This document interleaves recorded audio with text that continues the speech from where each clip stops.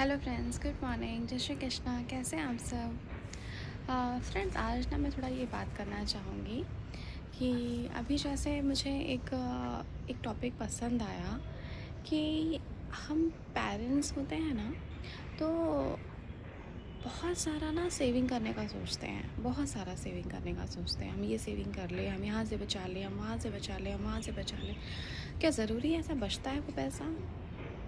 पैसा बचाना बहुत अच्छी बात है। वो हर हमेशा एक कहते हैं ना, मेन पावर की तरह खड़ा रहता है हमारे पीछे, हमारे साथ में।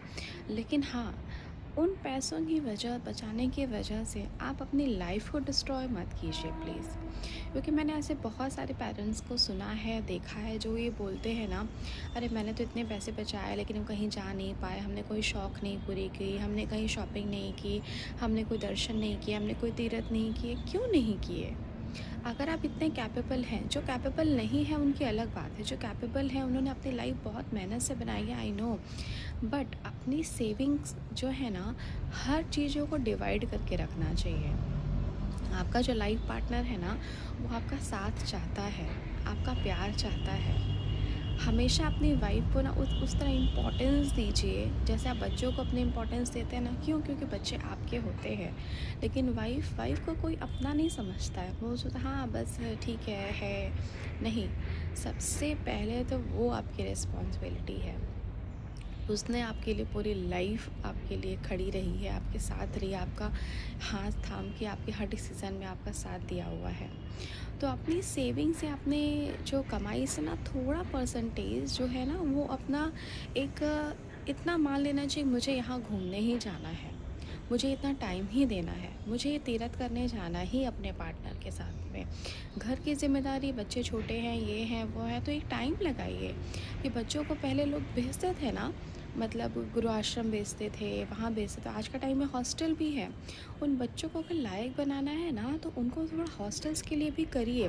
मैं बहुत माताएं बहनों को देखती हूँ, अपने बच्चों को पूरा दिन, अरे मेरा बेटा रोटी नहीं खाता, अरे मेरा बेटा सब्जी नहीं खाता, अरे मेरा लौकी नहीं खाता।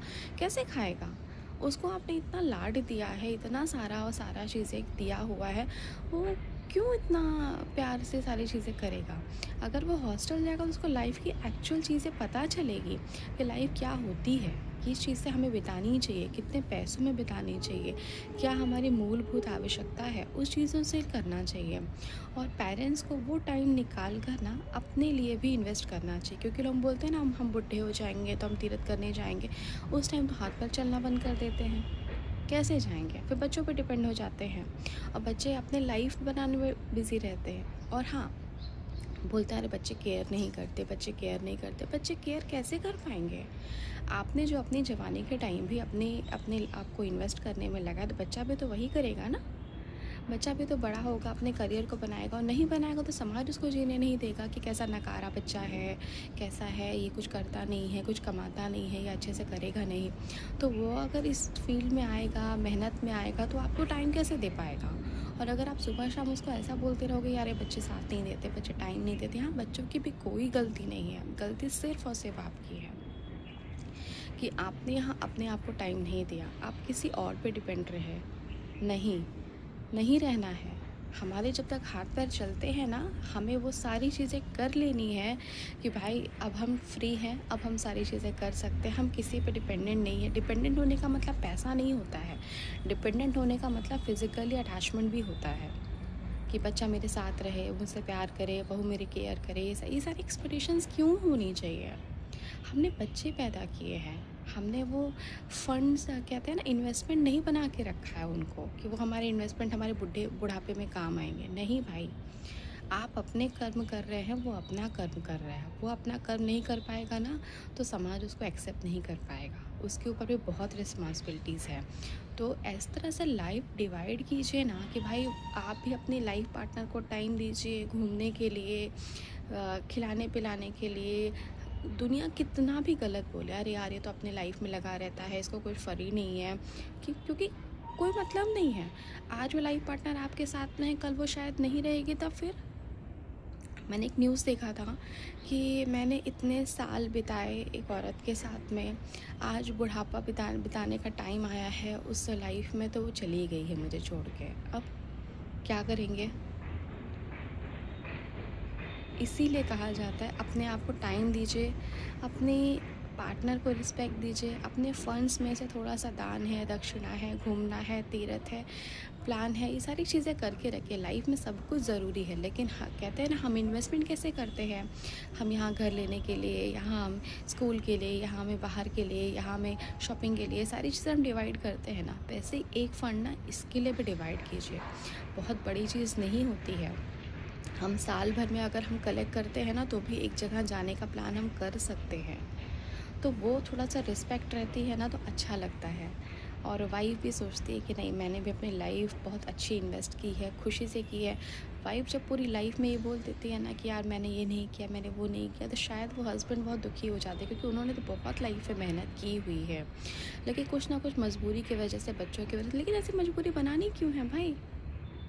बच्चे कैपेबल हैं, उनको अपने अपने ऊपर डिपेंडेंट मत बनाइए। उनको उतना कैपेबल बनाइए कि नहीं बेटा, तुम इतने एज के हो गए हो, अब तुम्हारी ये ज़िम्मेदारी बनती है। तुम इतने एज के हो गए, अब तुम्हारी ये ज़िम्मेदारी बनती है। तुम्हें खुद अपना सॉक्स, बॉटल, बैग रखना आना चाहिए। तुम्हें खुद अपने फूड अरेंजमेंट्स करने आने चाहिए।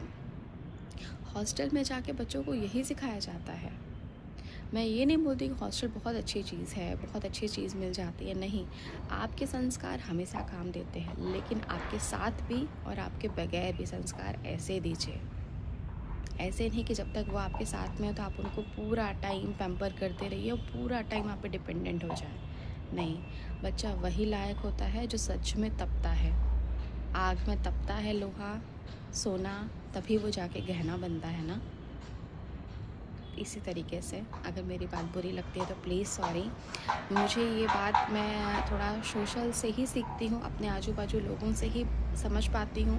तो मुझे जो ठीक लगा है, ये मेरी राय है। अगर आपको ठीक लगता है तो प्लीज़ मुझे मेरी वीडियोस को लाइक और सब्सक्राइब कीजिएगा, क्योंकि मैं चाहती हूँ कि ऐसे कुछ चीज़ें ना मैं आप तक लाऊँ जो मैं खुद सामने से फेस करती हूँ, मुझे नहीं अच्छी लगती, और आपकी भी क्या राय है इस पे वो भी मुझे जाननी चाहिए।